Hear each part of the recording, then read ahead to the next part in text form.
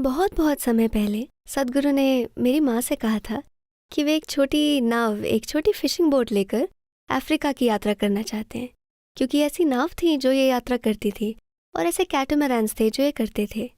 उन्हें 6 महीने की यात्रा करनी थी। तो समुद्र में होना, पानी के इस विस्तार में होना, ऐसा था कि मैंने सोचा वे उत्साहित होंगे और इसका आनंद लेंगे और उनका ध्यान प्रोग्राम दर प्रोग्राम, इंटरव्यू दर इंटरव्यू पर नहीं होगा। मैं कितनी गलत थी उन 2.5 दिनों के बारे में।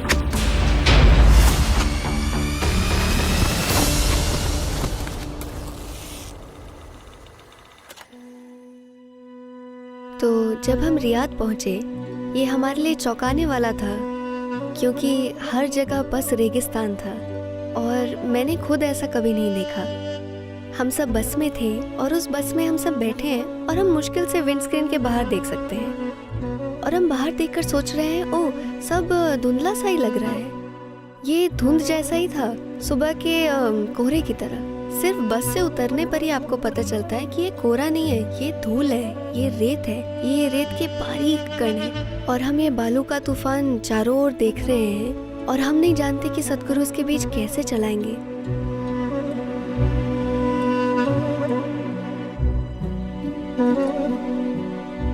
मुझे नहीं लगता कि हम में से किसी ने गौर भी किया कि वे सांस में क्या ले रहे हैं और क्या कुछ निकल रहे हैं जब वो बाइक चला रहे थे। और मुझे लगता है सच में मुझे ऐसा एहसास हुआ जब हम जहाज पर चढ़े। तो हमने ओमान से जामनगर के लिए एक जहाज लिया और कम से कम मैं यही सोच रही थी कि उनके लिए 3 दिन की छुट्टी की तरह होगा। तो हम बोट पर आते हैं और हम वहाँ कुछ समय के लिए थे। क्रू से मिले, कैप्टन से मिले। पहले दिन हम बिल्कुल ठीक थे और फिर दूसरे दिन जब हमने उन्हें सुबह देखा तो वो ठीक नहीं लग रहे थे और मैंने पूछा, आप सोए कि नहीं? उन्होंने कहा, मैं ठीक हूँ और खांसने लगे। और जब उन्होंने थूका तो उसमें कफ में बालू और मिट्टी के गोले थे, बस थोड़ा सा नहीं, जैसे कफ में थोड़ी सी धूल हो। ये ऐसा नहीं था, आप देख सकते थे बालू और मिट्टी के कण उनके फेफड़ों से बाहर आ रहे थे। मुझे पता भी नहीं था कि इतनी रेत किसी के फेफड़ों में जा सकती है और इस तरह से बाहर आ सकती है। उन्हें ये रेत के गोले खांसते देखकर पता नहीं क्या उनके फेफड़ों को कुछ हो गया है, क्या ये गंभीर बात है, क्या हमें डॉक्टर बुलाना चाहिए, क्या बात है? मुझे पता भी नहीं था। मुझे बस इतना पता था कि वे खांस रहे हैं, उनकी आवाज जा रही है। वो एक बार में कुछ मिनट से ज्यादा बोल नहीं पा रहे हैं और जब वे बोलते हैं तो धीरे बोलते हैं। और हम पता करने की कोशिश कर रहे हैं, आप ठीक हैं? क्या आपके लिए कोई दवा लाए? वो मुझसे पूछ रहे हैं, तुम ठीक हो? मैं ठीक हूँ, तुम ये छोड़ो, तुम जाकर देखो कि सबने खाया कि नहीं, सब ठीक है कि नहीं। और मैं उन्हें देख रही हूँ, वे इतने कमजोर हो गए हैं और वो बैठते तो आराम से वापस खड़े नहीं हो पा रहे हैं। उन्हें ये इस हालत में देखना हैरानी में डाल देने वाला था। लेकिन इस सब के बीच में भी वो कुछ नहीं कह रहे हैं। वो बस कहते, मुझे बस थोड़ा आराम चाहिए, मुझे कुछ लिखना बाकी है, मैं ठीक हूँ। लेकिन आप देख सकते हैं कि वो ठीक नहीं है, क्योंकि उन्हें इतना तेज बुखार था और वे खांस रहे थे, बोल नहीं पा रहे थे। हम नहीं जानते थे कि वो कितने बीमार या कितने ठीक हैं, क्योंकि वो कुछ नहीं कह रहे थे।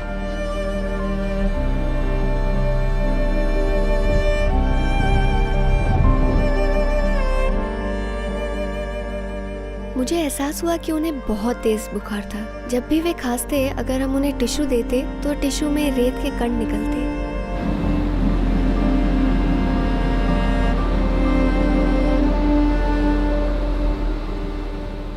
तो दूसरे दिन हम डेक पर गए और वहाँ नाव में उस कोने, उस टिप पर हमने उनके बैठने के लिए एक छोटा सा स्टूल लगा दिया था और वीडियो टीम कुछ अच्छे वीडियो लेना चाहती थी।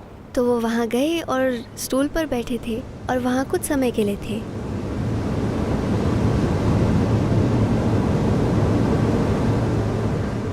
और शायद पहली बार मैंने उन्हें कहते सुना, मुझे जाना होगा। वे उठे और पूरे रास्ते रेलिंग पकड़े रहे और वापस अंदर गए।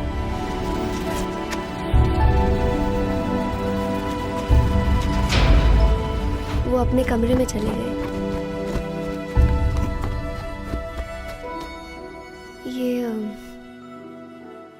ये देखना थोड़ा अजीब था कि उन्हें बस चलने के लिए किसी और चीज़ का सहारा चाहिए। वो 10-15 फीट, बस इतनी सी दूरी चलने के लिए उन्हें रेलिंग का सहारा चाहिए। मैं इतनी असहज थी उन्हें कमरे में अकेले सोने देने को लेकर कि मैं जाकर उनके कमरे के सोफे में सो गई, क्योंकि मुझे पता नहीं था रात में अगर वो उठते हैं और कुछ हो जाता है तो कोई कुछ करने के लिए नहीं होगा। और ये जहाज है और जहाज एक तरफ से दूसरी तरफ लुढ़क रहा है। हम लगभग 30-32 डिग्री आगे पीछे लुढ़क रहे थे।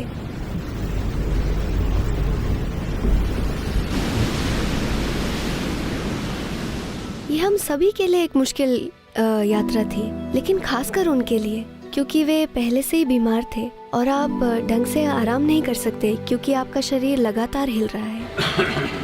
वो खांस रहे थे और खांसे जा रहे थे। हम पूछते आप ठीक है, आपको कुछ चाहिए? वे कहते नहीं मैं ठीक हूँ, और मिनट भर को रुकते और जो कर रहे होते करने लगते।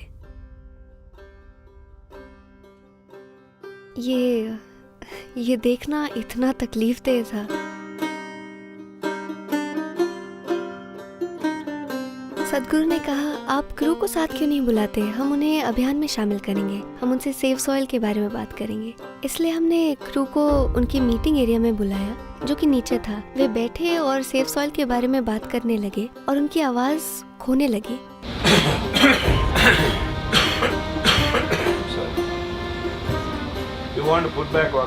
वो कुछ कह रहे होते और बीच में खांसने लगते और कहते माफ कीजिए। And he was not able to get full sentences out in the way that we are so used to seeing him. और वो अपनी बात पूरी नहीं बोल पा रहे थे, जैसे कि हम उन्हें कार्यक्रमों में देखने के इतने आदी हैं। वो खांस रहे थे, उनकी आवाज खो रही थी। इसे देखना बहुत मुश्किल था। तो कुछ देर बोलने के बाद उन्होंने कहा क्यों ना हम पहले वीडियो चलाएं, फिर हम बात करेंगे।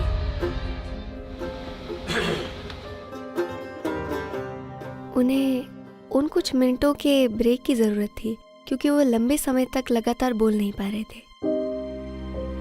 एक समय पर जब हम नाव पर थे, मैं सच में सोच रही थी इससे फर्क नहीं पड़ता वो 100 चीजें करना चाहते हैं, हम सबको देखना चाहिए कि वो ऐसा नहीं करें, क्योंकि ये अमानवीय है, ये सुपर ह्यूमन नहीं इनह्यूमन है जिस तरह की परिस्थितियों से वो गुजरे। हम जामनगर के बंदरगाह पर पहुंचे और वे बस जहाज से उतरे और भीड़ में चले गए। वे बोले और जब वे खांसते तो माफ़ी मांगते, माफ़ कीजिए मैं बस थोड़ा, और फिर बोलते। फिर मैंने सोचा वहाँ से हम वहाँ जा रहे हैं जहाँ रुकना है, और उसके बाद नौसेना का कार्यक्रम था। वो वहाँ बोल रहे थे, वहाँ भी जब वो बोल रहे थे तो आप सुन सकते हैं उनकी आवाज़ वैसी नहीं है जैसी आमतौर पर होती है, वो बहुत खराश भरी है। और फिर बोलते या वो खास कर कहते माफ़ कीजिए मुझे बहुत खेद है, जैसे वो माफ़ी मांग रहे हो कि वो ठीक नहीं है, बिना ये कहे कि वो ठीक नहीं है। वहाँ से हम गए और एक बहुत भव्य स्वागत हुआ। ये 1.5 घंटे का लंबा कार्यक्रम था और वे लगातार बोल रहे थे। ये देखना अविश्वसनीय था, लेकिन थोड़ा तकलीफ देने वाला था, क्योंकि हमने देखा था कि वे पिछले 2-3 दिनों में कैसे थे और हम बस इतना ही चाहते थे कि वो कुछ देर आराम कर सकें।